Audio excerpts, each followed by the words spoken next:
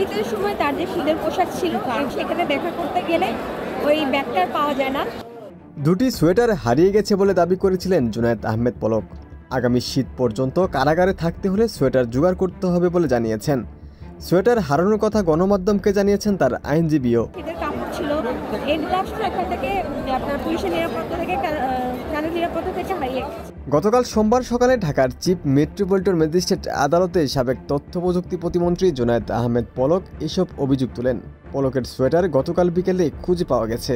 Kashimpur high security কারাগারের জ্যেষ্ঠ কারা তত্ত্বাবধায়ক আবদুল্লাহ আল মামুন সোয়েটার খুঁজে পাওয়ার কথা নিশ্চিত করেছেন। কারাগারে থাকা তার বেশ কিছু জামাকাপড়ও পাওয়া গেছে বলে জানান তিনি।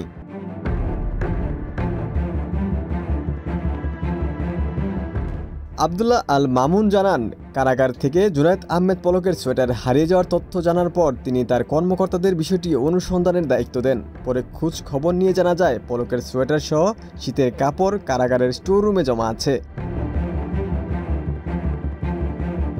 সম্প্রতি পলকের স্ত্রী কারাগারে এসেছিলেন। তখন পলক শীতের কাপড় তার স্ত্রীকে দেওয়ার জন্য কারাগারের নিরাপত্তারক্ষীদের কাছে দিয়েছিলেন, কিন্তু অসাবধানতাবশত কারারক্ষীরা তা ভুলে গিয়েছিলেন। আবদুল্লাহ আল মামুন আরও বলেন, সেদিন বন্দীদের সঙ্গে সাক্ষাৎ গ্রহণ শেষ হলে একটি ব্যাগ পড়ে থাকতে দেখা যায়। পরে ওই ব্যাগের মালিকানা না পাওয়ায় আবার সেটি কারাগারের স্টোর রুমে রাখা হয়।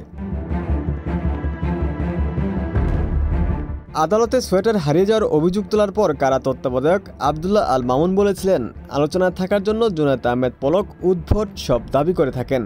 এই সোয়েটার হারিয়ে যাওয়ার তথ্য এমন একটি উদ্ভট দাবি। কারাগার থেকে কোনো বন্দির জিনিসপত্র হারানোর সুযোগ নেই। পরে তিনি বিষয়টি অনুসন্ধান করেন। বিচার ব্যবস্থা বা প্রশাসনিক ব্যবস্থাটাকে তিরস্কার করার জন্য কথাটা তারা সাজিয়ে বলছেন। এদিকে গতকাল পলকের আইনজীবী ফারজানা ইয়াসমিন গণমাধ্যমের কাছে দাবি করেছিলেন তার মক্কেল কারাগারের ডিভিশনে সুযোগ পাচ্ছেন না। এই ব্যাপারে কারা তত্ত্বাবধায়ক আবদুল্লাহ আল মামুন বলেছিলেন, জুনায়েদ আহমেদ পলক আমার কারাগারের চতুর্থ তলায় থাকেন। সাবেক প্রতিমন্ত্রী হিসেবে জেল কোডের বিধান অনুযায়ী তিনি প্রথম শ্রেণীর একজন কারাবন্দী। সাবেক প্রতিমন্ত্রী হিসেবে জেল কোডের বিধান অনুযায়ী তিনি প্রথম শ্রেণীর একজন কারাবন্দী।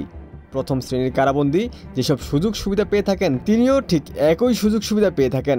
তার আইনজীবীর তথ্যও সঠিক নয়।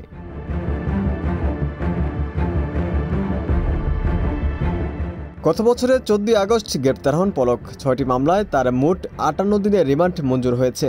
বিভিন্ন হত্যা মামলায় গতকাল সাবেক আইনমন্ত্রী আনিসুল হক, আওয়ামী লীগ নেতা আমির হোসেন আমু, শাহজাহান খান, কামাল আহমেদ মজুমদার, জুনায়েদ আহমেদ পলক, তুরিন আফরোজকে গ্রেপ্তার দেখানো হয়েছে।